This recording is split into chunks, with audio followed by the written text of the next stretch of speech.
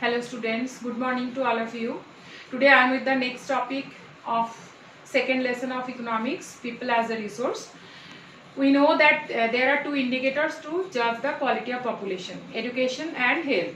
About education we discussed in the previous day. Today I will discuss about the literacy rate of India from beginning till today. So let us see the graph and we will be able to understand in a better way. See this literacy rate of India from 1951 till 2011. 1951, this is the average one, 18 point something, gradually 28%, 34% in 1971, in 1981 it was 43%, and gradually 64% in 2001. So by these ways, see the rate of increase is gradually, it is very good sign that in rate of increase is very good.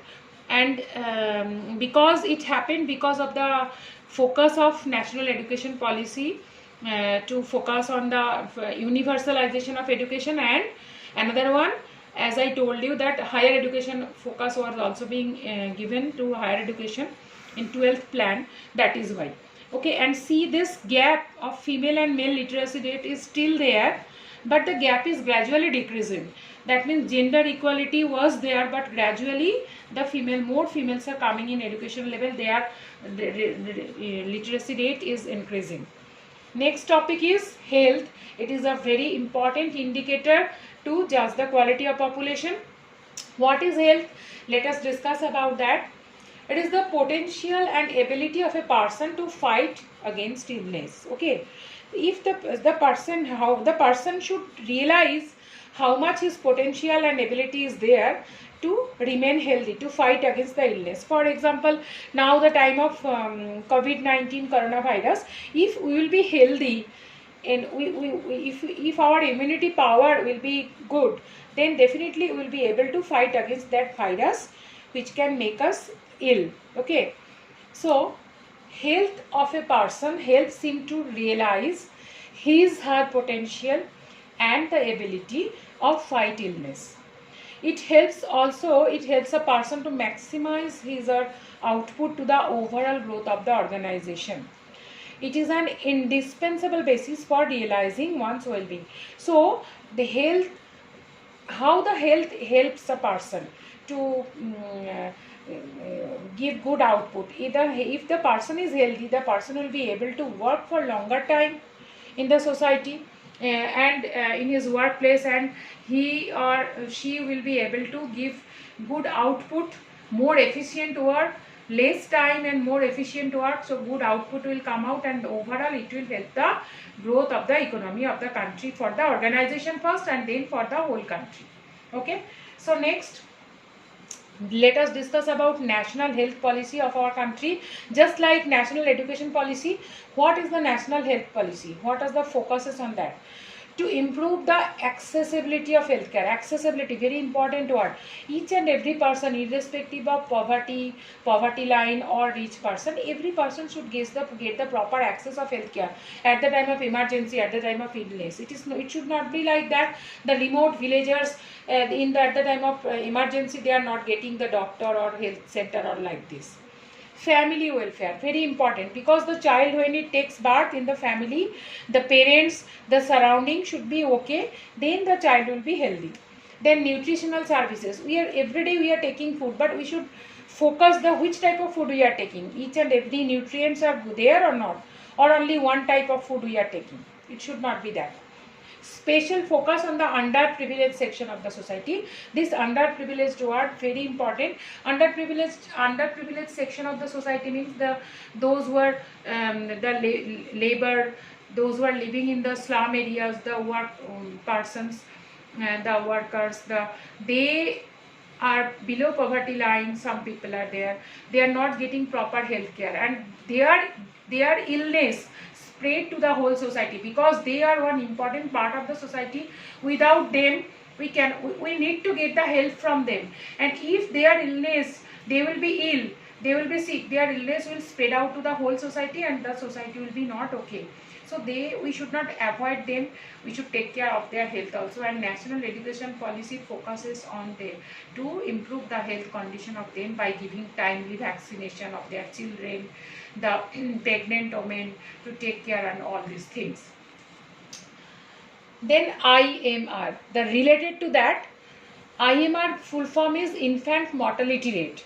What is this? Infant mortality rate is the death of young children under the age of 1. This death toll is measured by the infant mortality rate, which is the number of deaths of children under 1 year of age per 1000 live births. So what is infant mortality rate? Per 1000 live birth, how many children are dying before completing 1 year of age? That is called infant mortality rate. And you know, this infant mortality rate was too much when this vaccination was not being discovered. After taking birth, lot of children are dying. That rate has been decreased now.